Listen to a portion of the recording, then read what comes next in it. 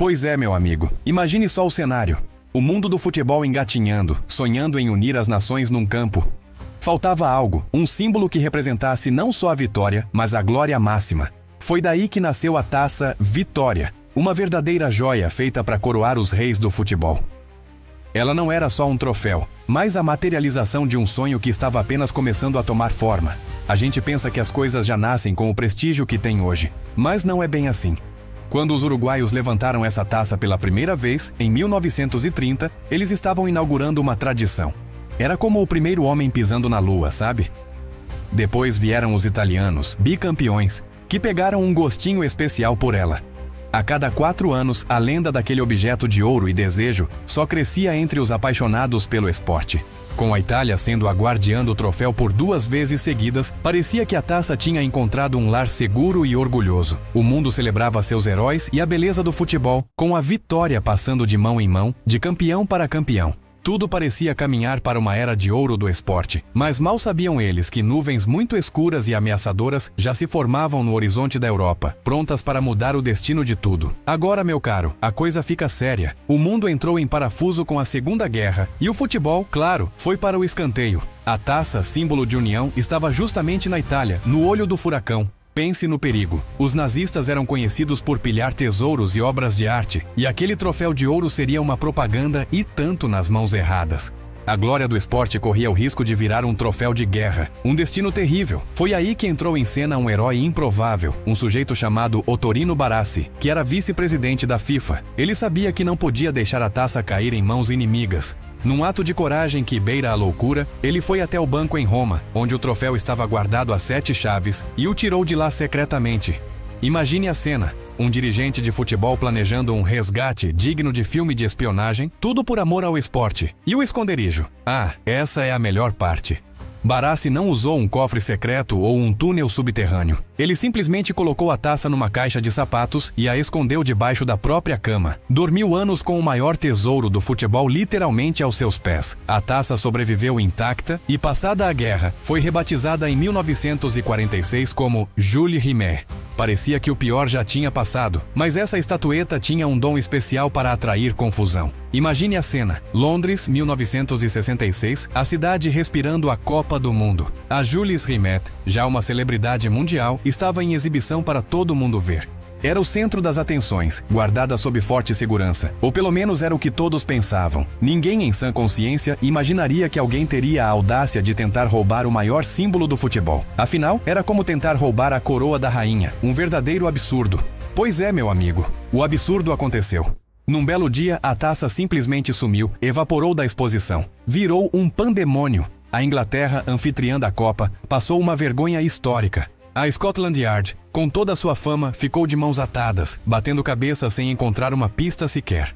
A notícia correu o mundo, e o que era para ser uma festa virou um caso de polícia, com direito a pedido de resgate e tudo mais. E quando a polícia mais conceituada do mundo falhou, quem resolveu a parada? Um cachorrinho. Isso mesmo, um vira-lata chamado Pickles, que encontrou a taça enrolada num jornal no jardim de uma casa. Foi uma reviravolta digna de cinema, que transformou o cãozinho num herói nacional. A taça estava a salvo, o orgulho inglês foi restaurado e a festa pôde continuar. Parecia que depois dessa, a Jules Rimet tinha esgotado sua cota de aventuras.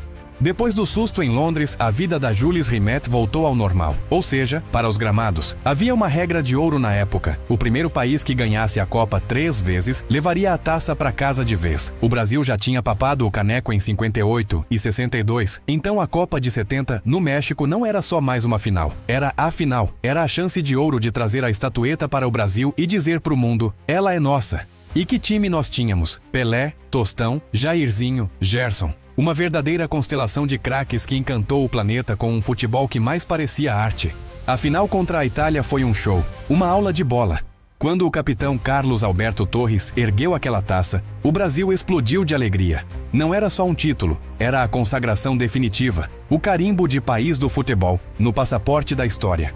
A Jules Rimet era por direito brasileira. A festa foi gigantesca e a taça finalmente veio para o seu lar definitivo. Ela atravessou o oceano para ser o maior símbolo do nosso orgulho nacional, a joia da coroa do nosso futebol. Exposta com toda a pompa na sede da Confederação Brasileira de Futebol, ela era a prova viva de nossa supremacia.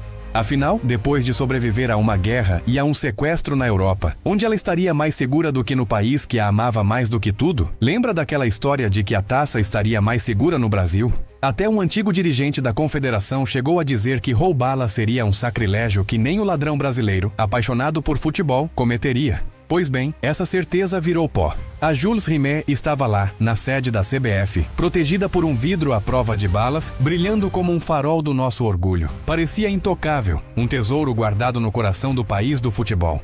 Só que a paixão pelo futebol não enche barriga, e o brilho do ouro fala mais alto para certas pessoas.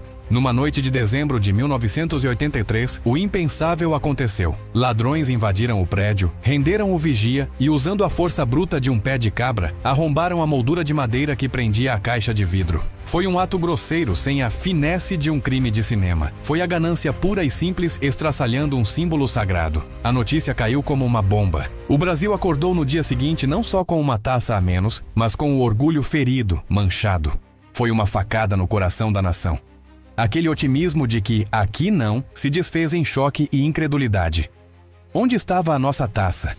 O desespero tomou conta e uma caçada frenética começou. Mas dessa vez o clima era outro. Não havia um tom de aventura, e sim um pressentimento sombrio de que algo irreparável tinha acontecido. Toda a esperança de um final feliz, como o que aconteceu na Inglaterra, foi por água abaixo. As investigações avançaram e a verdade que veio à tona foi brutal e de cortar o coração. Os ladrões não queriam exibir o troféu ou pedir um resgate milionário. O plano deles era muito mais cruel e simplista. Eles queriam o ouro. A Jules Rimet, ao que tudo indica, foi derretida. Os responsáveis por esse crime, que manchou nossa história, foram eventualmente encontrados e presos. A ironia é que o roubo foi planejado por alguém que conhecia bem o prédio da CBF, o que adiciona um gosto amargo de traição a tudo isso. Eles foram condenados em 1988, mas, como acontece tantas vezes, a justiça pareceu branda demais. No fim das contas, eles passaram poucos anos na cadeia, uma pena que muitos consideraram pequena perto do tamanho do estrago. No final, o crime praticamente compensou para os bandidos. A taça se foi para sempre, um pedaço da nossa glória derretido por pura ganância, e a punição foi leve. Ficou um sentimento de impunidade no ar, uma ferida que nunca fechou direito no orgulho do torcedor brasileiro. Mas quando algo se torna tão icônico, tão lendário, será que a sua destruição física é o suficiente para apagá-lo da memória?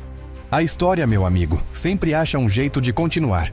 Depois de um golpe tão duro, o que fazer? Deixar o espaço vazio para sempre? Não dava. Uma réplica da Jules Rimet foi criada para, de alguma forma, preencher aquela lacuna. É essa cópia que hoje fica guardada na sede da CBF, um lembrete constante tanto da nossa maior glória quanto da nossa maior perda. Ela é bonita, claro, mas quem conhece a história sabe que falta nela o suor dos campeões e as marcas das viagens malucas que a original fez. Mas o verdadeiro legado da Jules Rimet, meu amigo, não é algo que se possa guardar num cofre. Ele está imortalizado num gesto.